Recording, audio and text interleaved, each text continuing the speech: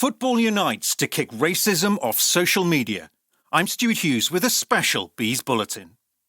This weekend, Brentford will join the footballing world by turning off their social media accounts in a bid to combat the sustained and vile racist abuse directed at players, including our own Ivan Toney.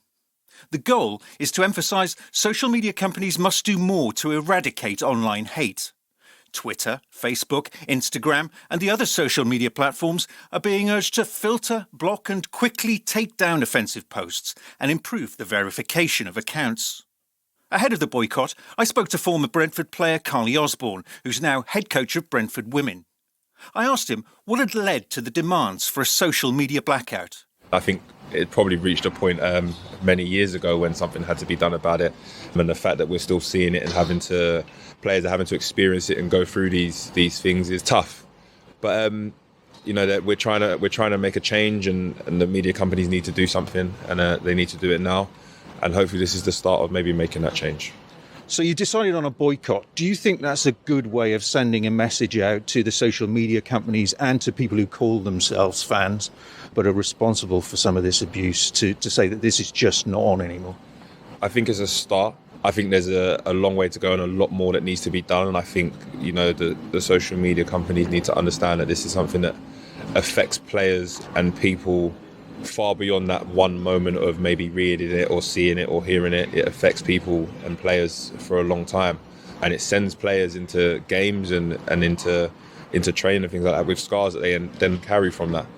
Being a former player myself, obviously I've experienced it, and I can understand and relate to the feelings of when someone who like Ivan Toney may receive it, or Tarek Fosu or another player that receives online abuse. I can relate to those feelings, and it brings back those feelings for myself. And I think the social media companies need to understand that players are more than just a tool for them to use. And likewise, I think the same with clubs. They need to understand that players do struggle with these things, and it is emotionally draining. And I hope that the energy that's been shown in regards to things like the Super League gets shown in towards this, because for me this is a far greater problem that we're facing and that we're faced with, and it needs to be done and it needs to be stopped. So take me inside your head as a former player of colour, as a person of colour, What it feels like when you open up Twitter or Facebook and see something directed at you that is violent, abusive. It's horrible. It's emotionally draining because it happens more than once on most occasions. It's hurtful. It fills you up with anger. It fills you up with disgust. It fills you up with a lot of emotions. To be judged by the colour of your skin is something that is very hard to explain, to be honest. The good thing about it is players are able to speak out more, which is good. Players are willing to speak out on it more. But I think as a community, and especially a football community, for the game to be good for everyone and to be a better place for everyone has to kind of stand up and be counted. And I think that media companies, some of the media agencies and things like that in general need to kind of listen to the people that are going through it and have gone through it, and actually start kind of taking that advice from them, because sometimes I feel there's a lot of box ticking and not always actually real want for change, if that makes sense. And I think that's the thing that needs to happen. I think there's been a lot of talking for years upon years before I started playing, and obviously even now I've stopped, it's still going on. I think there's been a lot of talking, but it's time now to see where the action lies, and that's the only thing that's going to change it. Because you mentioned action, and Brentford, controversially to some people, stopped taking the knee. Yeah. But the club said very clearly that they would explore other avenues to get the message across. Do you think this is the sort of action that rather than a symbolic action on the pitch is going to be more effective in bringing about change? Yeah, I think, listen, there's lots of different ways to do things, and Brentford made a decision, that they wasn't going to take the knee, and we're going to do it a different way, and that's absolutely fine. I think we have to create lots of different ways and take different actions in the terms of, the knee symbolises something for people to relate and start asking questions, which then allows you to start having conversations. The media boycott is another way of raising awareness and hopefully showing the media companies that we're not going to accept it anymore, it's unacceptable and something has to be done. It's another way of creating a conversation which then allows you to find a way to make change and hopefully find a solution. And I think that's the biggest thing. I think people have to understand that there's going to be many uncomfortable conversations for people that's needed in order to find a solution. But finding a solution is what has to be done and is what everyone wants to be done. And it's how we get there is what we need to look for.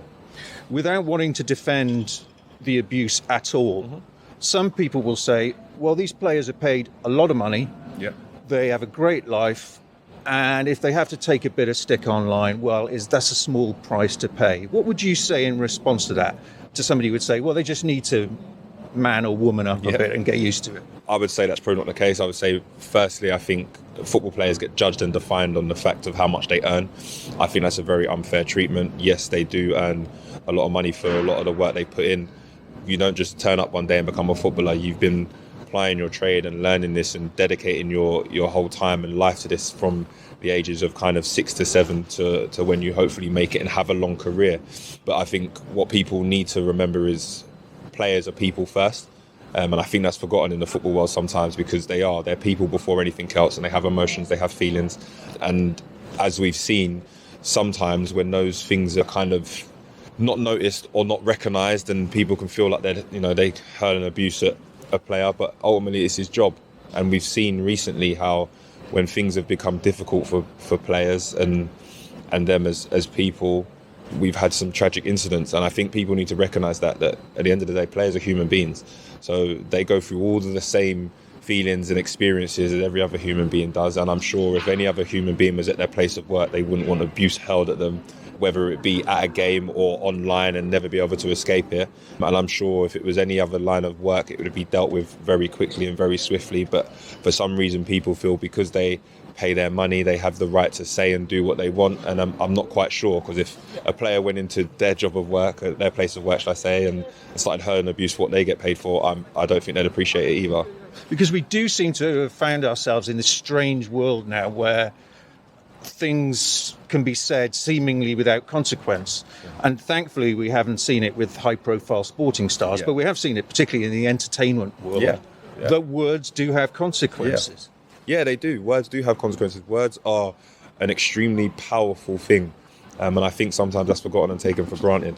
But the main thing is, it's about moving forward. It's about finding a solution, and it's about helping people and all people. Listen, we're talking about football and I'm talking about racism, but we're talking about all online abuse here that's cost people, and that's what needs to change, and that's what needs to stop. Because whether you're a footballer, an entertainer, or just someone who doing the pitch, for example, whatever it may be, no one deserves to be abused. And I think it's something that we all need to take better time in understanding, and maybe just being a bit more appreciative of us as people and us as humans, and just spending a little more time caring.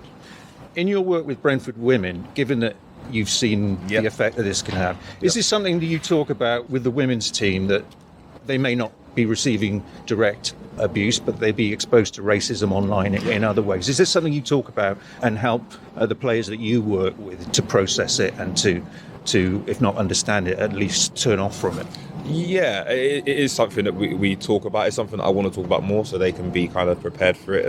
And ultimately, my job as a coach is to, yes, make them better footballers, but also help them be confident and better people in a football environment.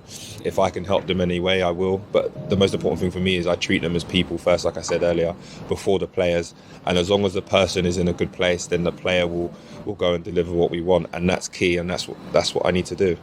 You talked about action. For the average Brentford fan, for Brentford fans out there, it's not just a case of turning off social media. What can we as Brentford fans do this weekend to educate ourselves, if necessary, about what this boycott's all about? I think that's a very good point. I think, turning off the social media and things like that is a massive part of it. But I think educating yourself is really important.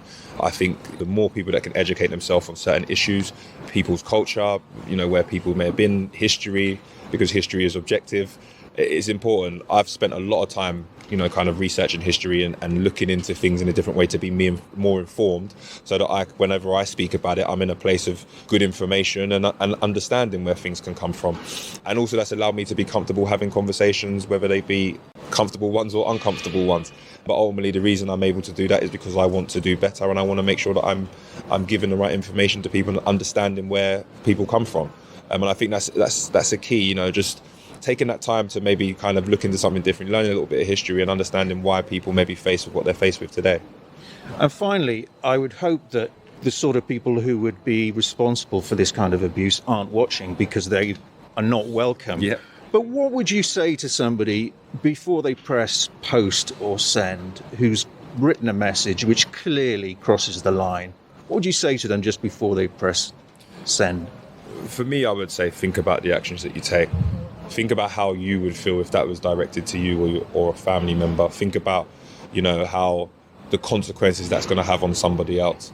I'm a firm believer that a lot of the time people that do these things or say these things, they come from a place of self-projection where they may not be feeling the way they want to feel and project it onto other people, or they may not be happy in a place where they are at in life, and again project that out to everybody else. And sometimes I think it's about looking inside and looking at yourself and asking yourself, why do I need to do this, and what does this do for me? How does this benefit me? And maybe asking yourself the right questions can make a change in your decision. Bees Bulletin will be publishing the regular Matchday podcast after Saturday's game against Watford, but will otherwise be supporting the social media boycott this weekend. Because racism and online abuse has no place in football.